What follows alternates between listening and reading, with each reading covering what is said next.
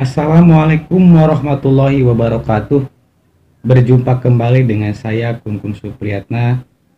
Seperti biasa saya akan berbagi ataupun sharing mengenai apa yang saya bisa ya, pengalaman saya khususnya di bidang administrasi proyek, yaitu pembangunan administrasi proyek pembangunan jaringan distribusi listrik ya 20 kV ya. Ini saya akan berbagi sedikit pengalaman saya. Maaf, bukan dalam arti saya akan membagi sedikit, karena memang ini pengalaman saya yang sedikit. Jadi pengalamannya ataupun ilmunya yang sedikit, bukannya saya mau memberikan sedikit, tetapi membagi sedikit pengalaman saya, gitu kan. Pada kesempatan ini, pada pembuatan video kali ini tidak terasa kita sudah menginjak ibadah puasa yang hari yang keempat ya. Tidak ada salahnya ataupun tidak ada lambatnya saya mengucapkan marhabannya Ramadan kepada semua umat muslim yang menjalankan ibadah puasa. Semoga puasa kalian diberikan kelancaran, diberikan kemudahan, dan diberikan kehusuan untuk terus beribadah, meskipun bulan Ramadan ini adalah bulan yang sangat-sangat berbeda sekali, yaitu dengan adanya pandemi COVID-19 ya, mengajarkan kita untuk selalu mendekatkan diri kepada Allah Subhanahu wa taala. Baiklah, untuk mempersingkat waktu, kita akan lanjut ke saksikan kita tutorial ya untuk pembuatan, khususnya ini pembuatan administrasi proyek, yaitu pembuatan K3 ya, untuk persyaratan administrasi baik WP, working permit ya, DP3, JSA maupun HIRAK ya. Yuk mari kita ikuti video tentang tutorial pembuatan administrasi tersebut. Tetapi sebelumnya kami mohon kepada kalian rekan-rekan semua yang belum subscribe, mohon untuk subscribe channel kami, dan jangan lupa tekan gambar loncengnya supaya kalian semua bisa update video-video kami terbaru. Oke, kita lanjut ke videonya. Oke, baiklah, kita lanjut ke bagaimana cara pembuatan administrasi pekerjaan jaringan listrik. Ini khususnya untuk pembuatan kelengkapan administrasi K3 ya, keselamatan dan kesehatan kerja ya. Apa aja sih pembuatan K3 ini? Yang pertama itu WP, Job Safety Analyst, JSA ya, pengendalian resiko ya, HIRAK ya, prosedural kerja ya, dan lain-lainnya. Ada DP3 juga. Nah, sebelum melangkah ke tahapan-tahapan yang lainnya, di sini saya akan membahas dulu mengenai bagaimana cara membuat WP dulu ya, working permit. Jadi sebelum kita melangkah ke item yang lain ya, kita akan dibawa dulu ke working permit ya. Nah, ini working permit, izin untuk bekerja ya. Ini saya mempunyai format ya. Ini saya mempunyai format yang ada di UP3 Tasikmalaya ya, unit induk distribusi Jawa Barat ya. Jadi kalian yang punya format yang berbeda dengan format saya ini, silahkan saja sesuaikan dengan format wilayah masing-masing ya. Ini tidak merupakan acuan atau baku. Yang terpenting kita satukan persepsi saja isi daripada working permit ini ya. Jadi isi daripada izin kita untuk mengajukan pekerjaan. Nah, ini di sini saya mempunyai format ya. Kita jelaskan saja format saya ini. Poin A, informasi pekerjaan. Nah, jadi informasi pekerjaannya jadi mempunyai isi 1, tanggal pengajuan, yang kedua jenis pekerjaan, yang ketiga detail pekerjaan, yang keempat lokasi pekerjaan, pengawas pekerjaan, selanjutnya pengawas K3. Nah, kembali ke yang pertama, tanggal pengajuan. Ini saya mempunyai contoh tanggal pengajuan 07 Juli 2019. Maaf, ini saya mencontohkan biar cepat ya. Saya tidak membuat form yang baru. Saya ini mengambil contoh dari yang sudah ada. Ini tanggal pengajuan 07 Juli 2019. Idealnya berarti saya mempunyai pekerjaan di atas tanggal Juli, karena pengajuan pekerjaan ini diajukannya itu tanggalnya itu ya 2 hari sampai 3 hari ya, maksimal minimal 2 sampai dengan 3 hari itu kita sudah mengajukan working permit ya, tergantung apa namanya di apa ya, idealnya minimal sampai dengan 2 sampai 3 hari kerja ini kita mengajukan working permit ya, mengajukan izin kerja.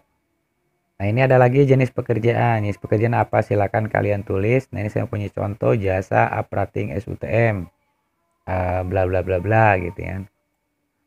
Detail pekerjaannya apa? Di detail pekerjaannya. Jadi saya mempunyai detail pekerjaan bongkar konduktor A3C ya. Aluminium alloy ya, konduktor 35 dari ukuran penampang 35 ke A3CS ya. 150 ya. Lokasi pekerjaannya saya mempunyai lokasi pekerjaan ULP Kota Tasikmalaya. Di sini ada pengawas pekerjaan. Nah, pengawas pekerjaan biasanya ini kalau di sini ditulis ya, ini SPV tag ya, ULP masing-masing ya. Nomor teleponnya silakan ditulis. Pengawas K3 ini pejabat K3L ya, pejabat K3 lapangan dari ULP kota. Ini pejabat pelaksana ya, K3 ya. Nomor teleponnya silahkan diisi. Poin B, durasi pekerjaan. Nah, ini durasi pekerjaan yang terpenting kita mengajukan, ini maaf, ini kembali ke atas 7 Juli 2019. Saya mempunyai pekerjaan 10 Juli 2019. Nah, 2000 durasi pekerjaannya berarti ini saya mempunyai pekerjaan mempunyai durasi 5 hari kerja ke depan secara kontinu ya. Ini 10 Juli 2019, jam mulainya jam 8, tanggal selesainya 15 Juli, jam selesainya yaitu jam 16. Nah, ini tidak baku juga, tergantung kebutuhan pekerjaan. Contoh, kalau contoh Anda cuma memerlukan ataupun kalian memerlukan cuma 1 hari kerja ya, kita isi dengan 1 hari itu kerja juga. Biasanya kalau untuk sisi operating ini kan mempunyai pekerjaan yang mempunyai jadwal tertentu ya, jadi tidak setiap hari. Contoh dalam 1 minggu misalkan ada 2 hari kerja ya, Senin sama Kamis. Jadi kita ajukan saja per jadwal. Sebelumnya ini kita ajukan ya. Mungkin ini paham ya, dari informasi pekerjaan ini kan identitas pekerjaan. Nah, selanjutnya durasi pekerjaannya, tanggal mulai dan tanggal selesai. Selanjutnya klasifikasi pekerjaan. Nah, klasifikasi pekerjaannya apa saja? Satu, pekerjaan bertegangan listrik. Kalau kalian bekerja yang mempunyai ada tegangan listriknya ya, dikasih checklist saja di sini. Selanjutnya ada pekerjaan ketinggian. Di ketinggian, jadi kalau kalian bekerja di ketinggian ya, ini soalnya sekarang ini ada peraturannya bahwa ketinggian itu di jarak minimum 1,5 meter juga ya, 1,5 2 meter ya, itu sudah kalian itu bekerja di ketinggian. Apalagi untuk teman-teman yang ada di listrik ini kan kita bekerja di ketinggian minimal itu 9 meter ya. Jadi sudah high risk ya, sudah risiko yang ketinggian tinggi ya, di 9 meter, sudah di atas 2 meter ya. Karena kebanyakan fall ini sekarang kebanyakan minimum itu di 9 meter ya. Sudah 11 meter, 12 meter ya. Nah, selanjutnya pekerjaan penanaman fall tiang. Kalau kalian ada pekerjaan yang ada di penanaman fall ya, tiang. Selanjutnya pekerjaan convenience space. Nah, kalau kalian bekerja di ruangan terbatas silakan checklist ya. Ruangan terbatas itu apa ya? Maksudnya contoh-contoh ini kita masuk ke dalam satu tangki. Jadi ruangan terbatas itu ruangan yang mempunyai akses terbatas, jadi akses keluar masuknya itu terbatas. Coba kita bayangkan kalau tangki ya, tangki itu kan lubangnya kecil, terus ada tangganya cuman untuk satu orang ya. Nah, itu yang namanya ruangan, contoh ruangan terbatas. Ada lagi contoh kita masuk ke manhole. Nah, manhole kabel yang di bawah. Nah, itu sama pekerjaan convenience space. Kalau jadi kalian bekerja di ruangan terbatas, silakan checklist ya. Selanjutnya pekerjaan penggalian ya. Kalau Anda bekerja di penggalian, silakan checklist. Selanjutnya pekerjaan panas. Nah, ini pekerjaan panas kalau kalian bekerja. Dalam artian panas tuh begini, kalau kalian bekerja misalkan di suhu yang panas, baik dari panas matahari, contoh Anda bekerja di outdoor ya.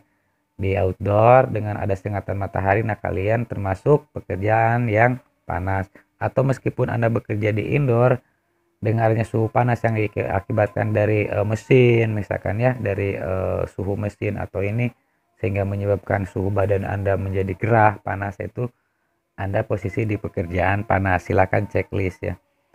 Pekerjaan bahan kimia, jadi kalau Anda bekerja di termasuk yang ada banyak-banyak bahan kimianya.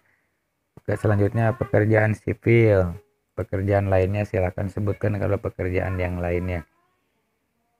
Selanjutnya yaitu D, ada poin D, prosedur pekerjaan yang dijelaskan kepada pekerja. Nah, prosedur pekerjaan yang dijelaskan kepada pekerja.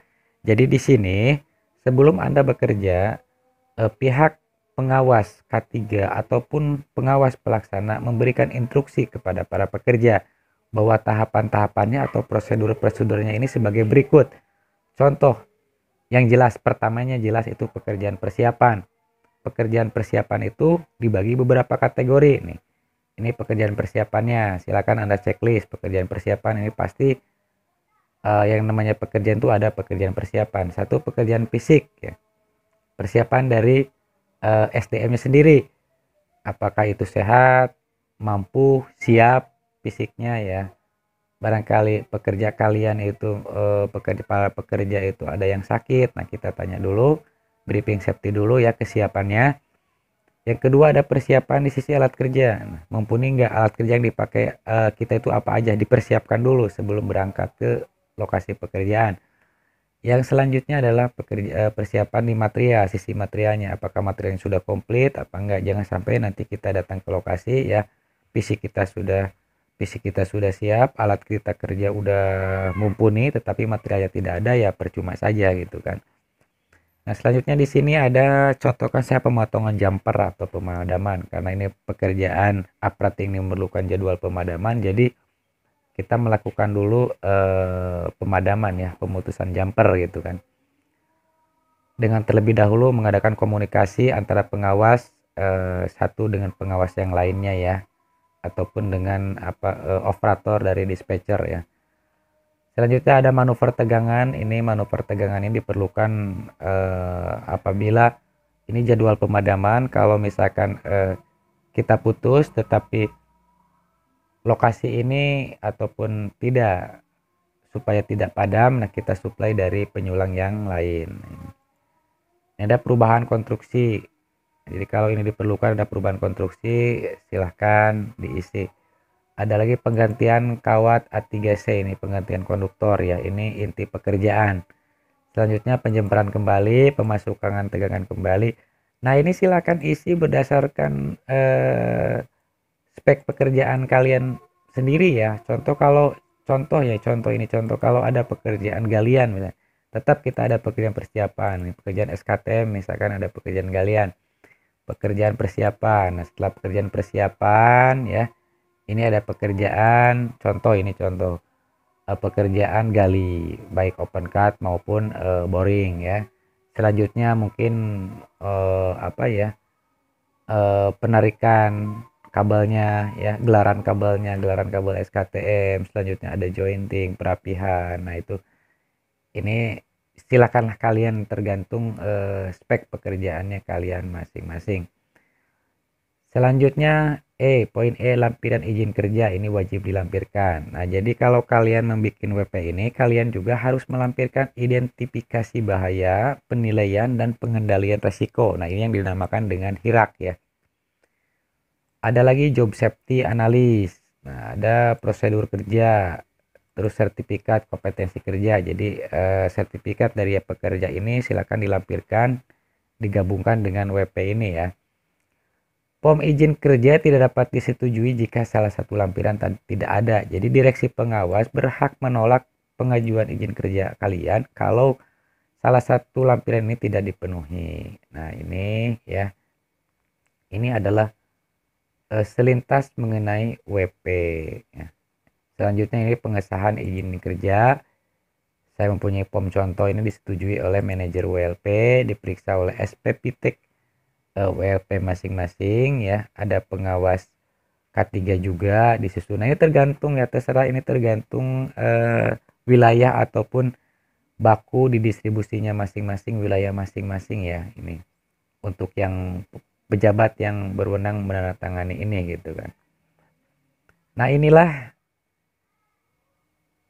sekilas mengenai cara pembikinan working permit. Nah, next ya, selanjutnya kita akan membahas mengenai bagaimana tutorial cara membuat identifikasi bahaya, penilaian risiko atau HIRAK, job safety analysis, DP3. Makanya pantengin terus channel kami di channel Pungku Supriyatna, channel berbagi ilmu ya.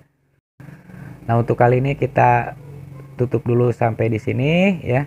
Wabillahi taufiq wal hidayah. Wassalamualaikum warahmatullahi wabarakatuh.